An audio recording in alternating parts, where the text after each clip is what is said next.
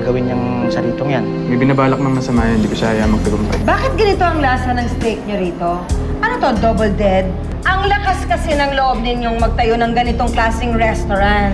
Dapat ang mga tinatayo ninyo, karinderya or turo-turo, yung pang mahirap. Habang kinukumpara ko kayo ni Rodora sa isip ko, lalo kong nakikita ang pagkakaiba niyo. Perlita, buntis ka? Napakaswerte niyo, ma'am. Pinanganak kayong maganda.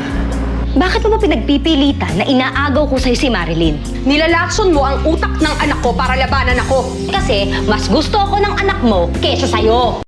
Pero iba ang kutob ng puso ko. Ibang ibig sabihin sa akin ang pinapakita mong takot at pag-iwas sa akin. Isa lang ang ibig sabihin nun, may tinatago kang lihim. At yun ang katotohanan. Ikaw talaga si Rodora. Tumahimik ka. Walang katotohanan yung sinasabi mo. At hindi ako si Rodora. Hindi pa huli ang lahat. Pwede ba magbago ang desisyon mo? Huwag mong hintayin na wala ka nang pwedeng gawin at magsisi ka habang buhay. Rodora.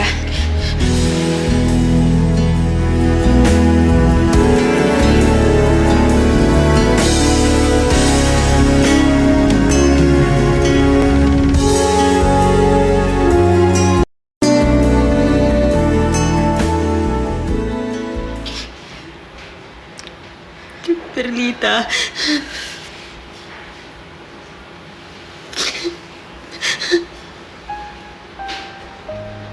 Napakasama niya sa akin noon. Lagi niyang pinamumukha sa akin na pangit ako. Na wala nang ibang lalaki magmamahal sa akin dahil sa itsura ko. Sinasabi pa nga niya sa akin dapat magpasalamat ako sa kanya na kinupkup niya ako kahit na mukha ako halimaw. Pero alam mo, kahit ganun siya, mahal ko pa rin siya. Saka wala akong ibang hiniling kundi palang araw sana mahalin din niya ako. Yun lang. Rodora, mahal ka ng tatay mo. Ikaw lang hinahanap niya hanggang sa huling sandali. Gusto niyang humingi ng tawad. Alam niyang malaking kasalanan niya sa'yo. Kaso hindi ka na niya nahintay. Pero alam ko, kung nasan man ang tatay mo ngayon, masaya na siya. Kasi nandito ka na ngayon, Rodora.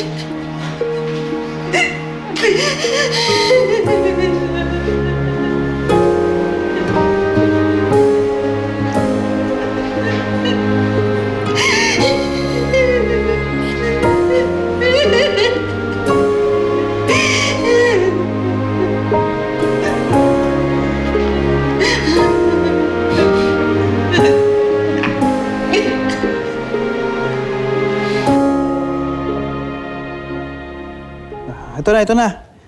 Nakita ko na. Sige na, umalis na kayo sa harapan ko.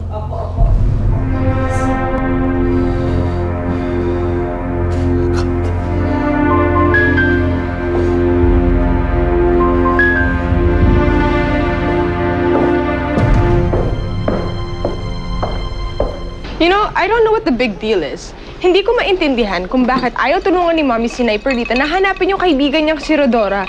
Sabi ko nga sa kanya, di ba? Kung ayaw niyang tulungan, edi ako na lang tutulong sa kanya. But do you think she'll accept your help? Eh, di ba nga she's still mad at you for what you did to Marilyn? You know, kaya all the more na dapat ko siyang tulungan. Para naman, kabawi ako sa kanya, di ba? Ibig sabihin, ready ka nang makipagbati kay Marilyn. No. Hindi ko pa rin nakakalimutan yung ginawa niya sa akin. Kung hindi dahil sa kanya, magkasama pa sana kami ni Jerome ngayon.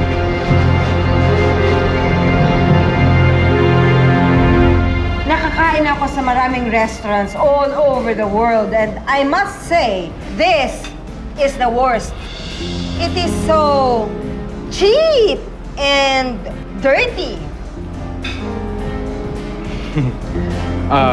Iba-iba naman po yung panlasa ng tao, madam. And nire-respeto ko po yung opinion. And just to make it up to you po, complimentary na po yung pagkain niyo. Libre na po. And you really think na makukuha mo ako sa free meals? Excuse me, kahit na libre ang pagkain dito sa restaurant mo, hindi ako kakain dito. At ano yung mga pautot nyo? Ha? Mga lobo? Ano to? Children's party? Asan ang mascot? Ikaw? Hindi ka cute. Patong-patong na katsipan. Ano, nasasarapan ba kayo? Hindi, di ba? O, ano pang ginagawa nyo rito? Eh, di lumipat na kayo ng ibang restaurant? Let's go, friends! Ay, dirty! Dirty! Dirty! Excuse us. Ang dirty mo! Let's go! Ay, ang dirty mo!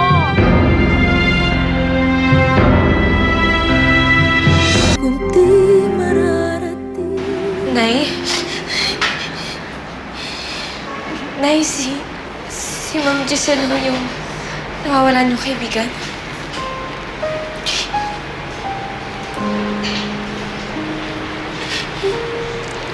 Alam ko mahirap paniwalaan. Pero ako si Rodora.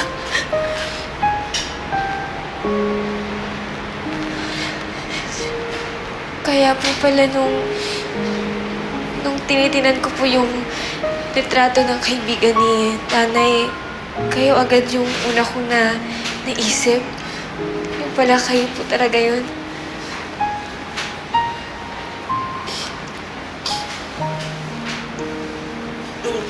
Pinamanahan ako ng maraming pera ng dati kong amo. Pinabago ko agad yung mukha ko. Tagal ko na kasing pangarap na gumanda eh. Ano naman yung mga pinagdaanan natin, di ba? Naiintindihan mo naman ako, di ba?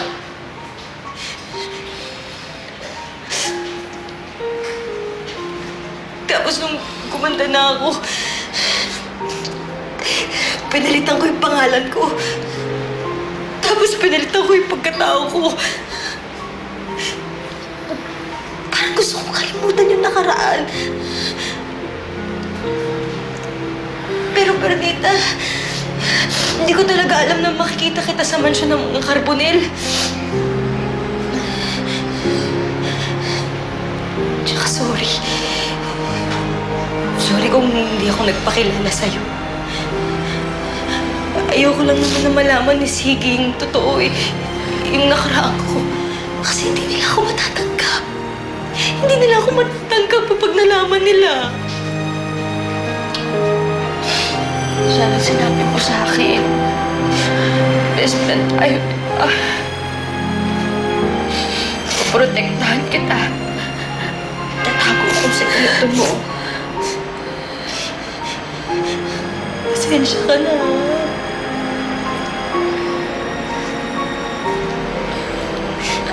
Ma'am Giselle, kaya po ba mabait kayo sa akin kasi alam niyo, anak ako ni Nanay?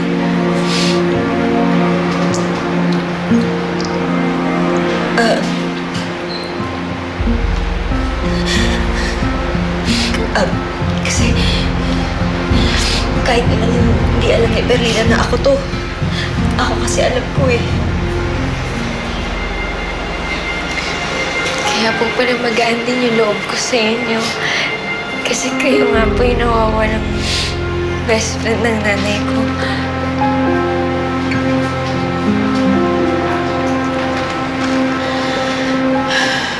Naiintindihan ko na ngayon ang lahat. Ikaw naman. Sana nagsalita ka agad.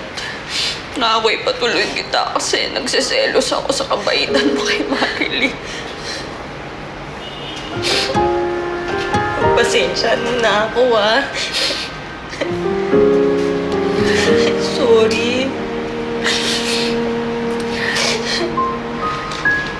Kaya mo na yun. Wala yun. Basta importante, makakasama ko na ulit ang best friend ko. Sana lang, hindi mo na pinaabot na nagkaroon ka pa ng ganitong pressure ka dito.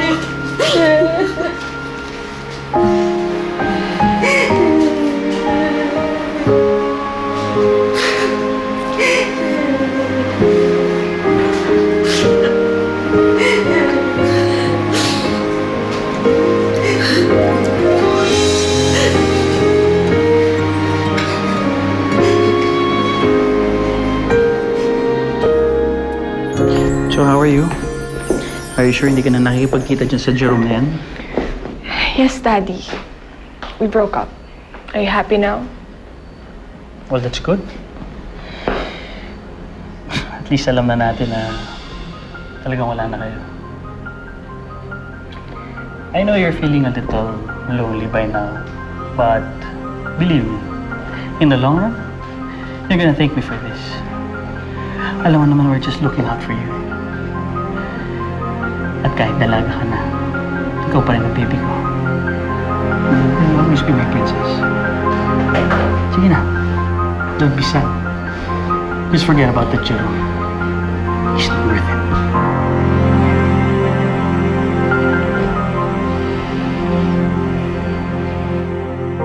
Laben, nakawala ng gana eh. Sir. Teka lang, sir. Ba't ka? Ay, sandali, ba't ka alis? Malinis po yung pagkain namin. Maayos po yung nakaluto niyan. Eh, wag ko kayo magpapaniwala doon, ba't ka? Teka lang po, teka. Wala nang bayad dyan, eh, ano ka naman? Ay, hindi po. Sandali lang po. Ma'am, Ay, sir. sir, Wala na. libre naman yan eh, ano ka? Sir! Uy, teka lang. Ay, teka muna eh, nagpapaniwala naman kayo sa sinasabi nila, eh, wala naman. Eh, hindi naman makatanungan yan. sa kusina. Ano kaya, ba't ka lahat nag-alisan? Ano kang... Miss, eh, wala lang ang bayad yaon eh. Ba't ka naniniwala sa sinasabi nung Charito? Ano kaya yaon? Eh, bakit ganoon? Ala. Kaganto. Ay, sayang eh, kadaming pagkain pa.